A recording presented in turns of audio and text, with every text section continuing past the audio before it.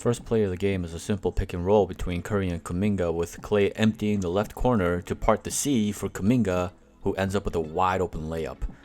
Good awareness on this play from Kuminga, as he keeps track of Herder despite ball watching a bit to tip the rebound away from him.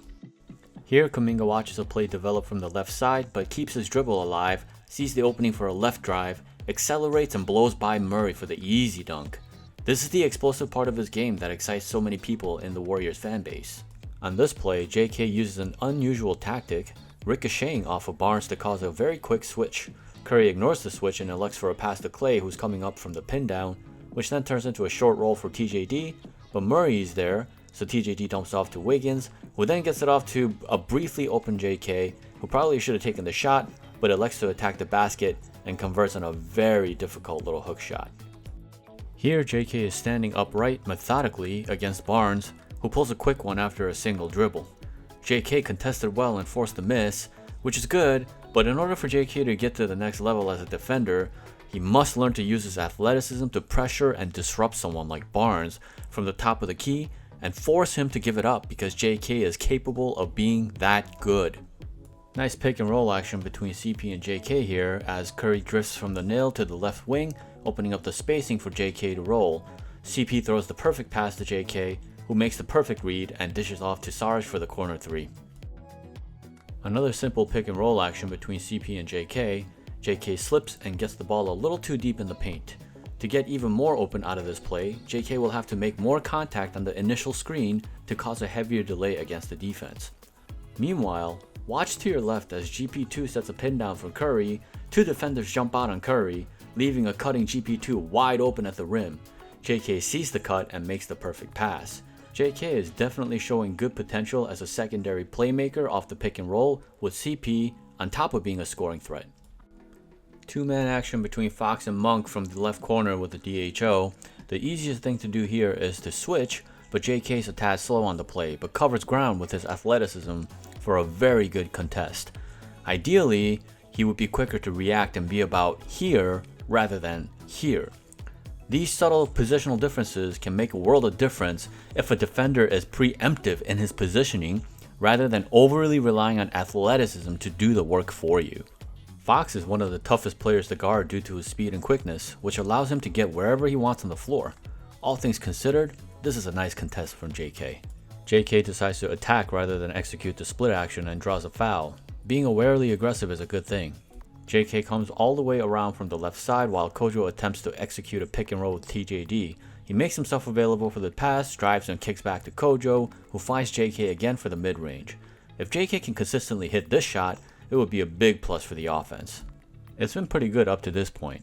Now let me show you where JK needs to put in way more work. Here he lets his man Murray blow by him on a simple screen with minimal effort, and the consequence is both TJD and Klay getting posterized. Here JK operates from the post and gets the ball to Klay, who gets trapped, giving JK an opportunity to cut to the rim, but he elects to stand in between as a valve. All he has to do is lob it up to TJD at this point, who's wide open, but elects to take an extra dribble, allowing the defense to recover and block TJD from behind. Quick reactions in open space is major key for the success of the Warriors, and JK will have to continue to learn to make simple reads in order to avoid blowing it up like he did here. Poor spacing here as Klay goes to the weak side corner, but JK is right next to him for way too long before recognizing the need to move. He then jogs his way through the baseline while Curry is driving full speed into the paint. More decisive movement from JK would have given Curry the left side to finish with a layup or find JK in the right corner. Instead, JK is all around delayed, stands in an awkward location, and is ultimately called for having his foot out of bounds. This kind of poor execution cannot happen if JK is going to run with the starters. Here's JK on Murray the whole length of the floor, forcing Murray to pass to the corner. Murray runs to the opposite side of the court, making JK turn away from him to watch the ball. Unfortunately, he ends up watching for too long. At this point, there's no reason for Kuminga to stand where he is because TJD is in great position to help. Due to JK's over-gapping, he leaves a lot of room for a perfect pass in the corner. Once again, overly relying on athleticism rather than sound positioning. This time, it does him no good, as a simple pump fake from Murray takes JK out of the picture completely, and he nails the shot. Herder drives through the lane, but fumbles and makes an awkward pass straight to Kuminga, who intercepts and promptly throws it away in transition. Now watch how he positions himself for a rebound, but gets trucked by Sabonis in the process. Dirty play by Sabonis, what else is new? And an offensive foul is called. It's good to see JK put a body on someone to prevent easy offensive rebounds. If you've liked this content so far, smash all the buttons you need to smash. Thank you. Terrible defense by JK here, completely leaving his feet and practically doing a high jump on a pump fake, allowing Fox to look at the rim for the tough finish over TJD's efforts. These are the times where JK's athleticism actually betrays him on defense, as he fails to keep his feet grounded enough to prevent overjumping. Check out GP2's dynamic defense here, as he appropriately sags down to help after seeing the decisive movements by Sabonis in the paint, and gets one of his patented blocks on a big from behind, igniting the transition game for the Warriors. Unfortunately, JK has the right idea, but gets his pass deflected, which prevents what should have been a dunk for GP2. Again, this is about understanding personnel and making quick decisions on the fly. The right pass would have been a lob, which GP can catch all day, rather than the direct pass to his chest. On this play, JK gets crossed by Murray and then gets erased by a Sabonis screen, giving Murray a wide open shot from the mid-range.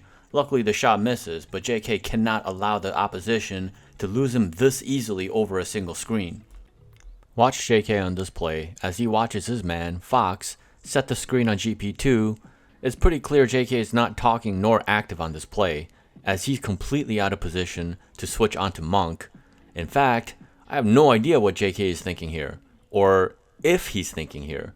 His lackadaisical approach forces Saric on Monk, while GP2 is now forced to dive towards the much bigger McGee. No matter, because Monk cans the three.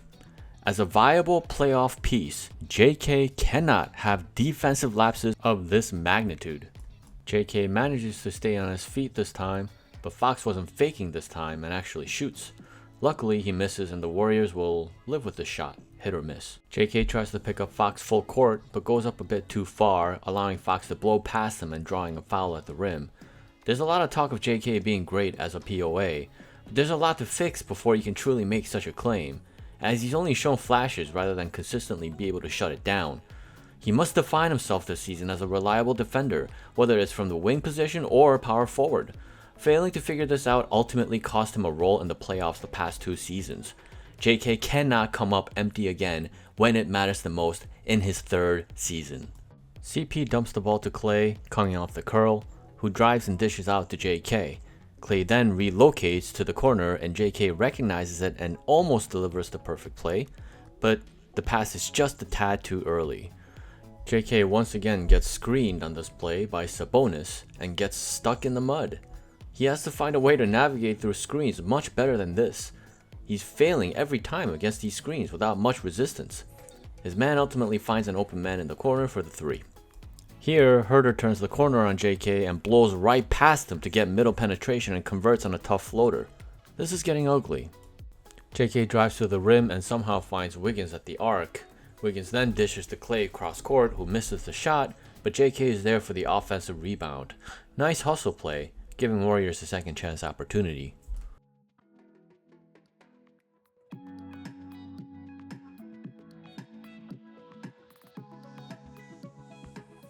JK parks himself in the corner on this play and gets an open look from the 3. He misses, but I like this shot for JK, if he can hit it with consistency. JK looks to help at the rim on this play, but does this thing instead. Curry runs a pick and pop with Clay, nothing develops, so JK and Wiggs both clear the corner again, and the spacing here is clunky, but JK comes around the world and receives the pass for the 3. If he can continue to hit the 3 with consistency, you can no longer use spacing as an excuse to not play JK. Just to provide some context and fairness to JK, even Wiggins has great trouble against the Fox, who gives him a little shoulder bump and then makes a spin move right to the basket. And this dude is tough. JK has shown serious signs as someone who can generate points by drawing fouls in the post, as he does here on this play. This is the kind of play where you can either give JK a pass for not losing sight of his man in the corner, or hope for more, because once Fox put his head down and made it clear he wants to attack, JK has enough athleticism to easily contest the shot by Fox. These are the surprises you hope to see from someone who has all the athleticism in the world to make magic happen defensively. But is the desire to make such a play consistently there? Not on this play, as he simply looks on. Above all else, the Warriors need JK to be special on defense off their bench. That's a lot more important than anything he provides offensively. JK grabs the rebound and dishes off to Wiggins, who goes into the post, finds JK open for the three. Again, I would prefer JK take his shot, and if not, pull up a bit and take the mid-range, which is better than jumping wildly into traffic as he does here. But he manages to pick up a couple of offensive rebounds to give the team multiple opportunities. Nice work. JK goes downhill, but makes a sudden stop and darts to Curry to set a high screen, which switches Barnes onto Curry. This time, Curry takes the switch and takes Barnes to school. Splash! Nice screen by JK, although he continues to exclusively slip just about all the screens. JK does a good job here on the switch, keeping Fox from getting to the rim and forcing a tough fadeaway. Klay turns the ball over while trying to get the ball to an open TJD. Now look where Herter takes off from compared to JK. It's pretty close, but JK does not give an all-out effort here. His counterpart GP would have looked for a chase down block in this scenario. Let me know if you think I expect too much from JK, or if I'm simply challenging him to level up from where he is now, because there are way too many discouraging plays from this game to choose from. Watch as JK completely loses sight of his man, who relocates to the three as JK now is literally in no man's land. By the time he realizes, it's way too late for any kind of contest as Barnes cans the three. JK uses the post, jumps wildly into the air, but finds an open Curry. Always a good choice for the three that happens to miss.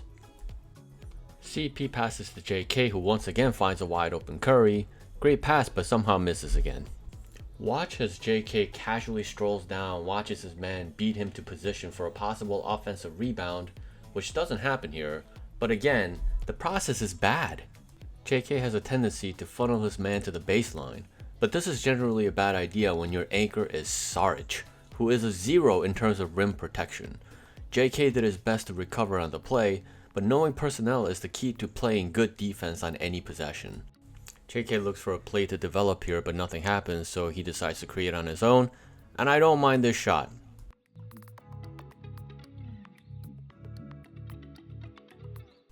JK brings the ball up and drives into traffic, where he faces a double.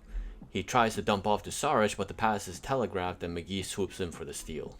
This play gets broken up, no thanks to JK once again failing to stay within his man off a screen. All things considered, JK does a solid job of contesting McGee's hook shot at the rim. There's a common theme regardless of who's setting the screen. JK gets erased on any and all screens, and in this case, is completely overwhelmed by the size of McGee here. JK has the strength and athleticism to be able to move his feet quick enough to navigate better through these screens, but he needs to be more disciplined and anticipate rather than always being reactionary to what's going on. Watch JK's movements from the corner.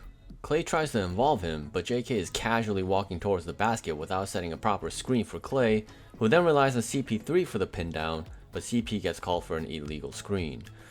There are at times when JK looks too lackadaisical when plays aren't called for him. He needs to realize that he has to be sharp at all times he's on the floor, because that's what's expected and necessary to be a part of a championship core. So far in this game, he's showing all the reasons why Kerr felt he couldn't rely on JK once the playoffs began. JK doesn't quite get a hand on the pass here, but sometimes his sheer athleticism allows him to create good chaos, as he does here. I like the way JK kind of walks into this three right here, and as long as he continues to shoot this with confidence, it's a game changer. Again, Kuminga finds himself in the corner. I'd like to see him shoot this without hesitation, but a jab step works too. Kuminga gets yet another opportunity to hit another three here. He ultimately misses, but see, I don't mind this. More of the poor process stuff from JK here, as he completely loses sight of his original man from the right corner, who sneaks in and nearly grabs an offensive rebound, cause JK fails to put a body on him. JK has lost me badly on all the fundamental assignments he's missing throughout the course of this game. Watch JK try to contain his man from the left corner. but gets manhandled to an unfavorable position, then gets stuck in no man's land, then loses sight of his man, who has since teleported to the right corner for a wide open look at a 3 that luckily clanks.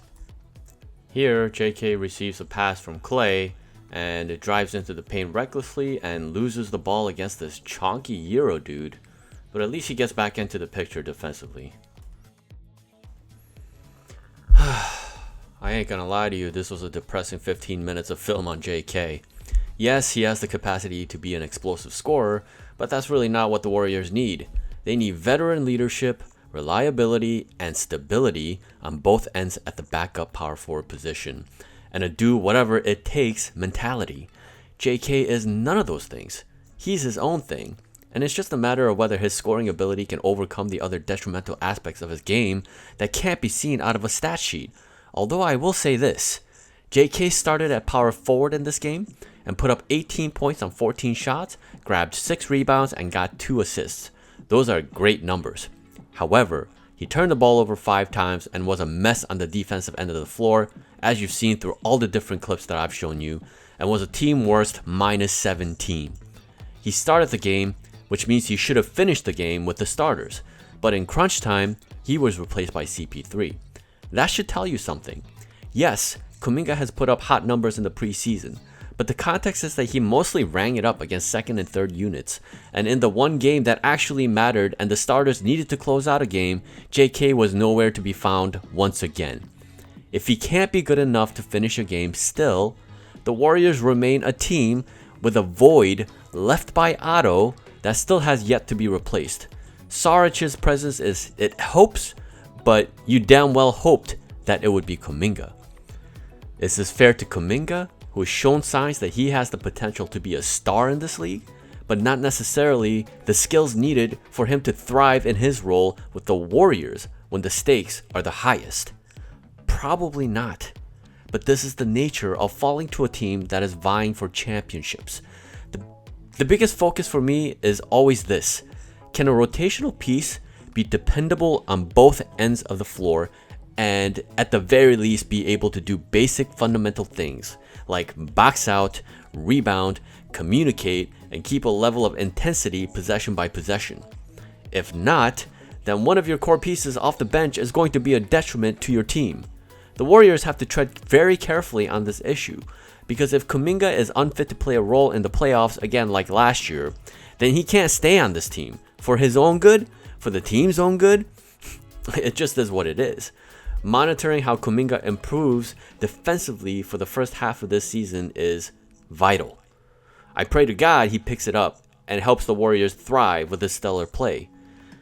If the bad signs don't disappear within the first couple of months, though, you have to consider the possibility of moving him, because a lot of teams obviously want him at this point, and the Warriors have enough assets to flip the future for an immediate hit, which would help fill the outer role and ensure a path to a 5th championship for the Warriors.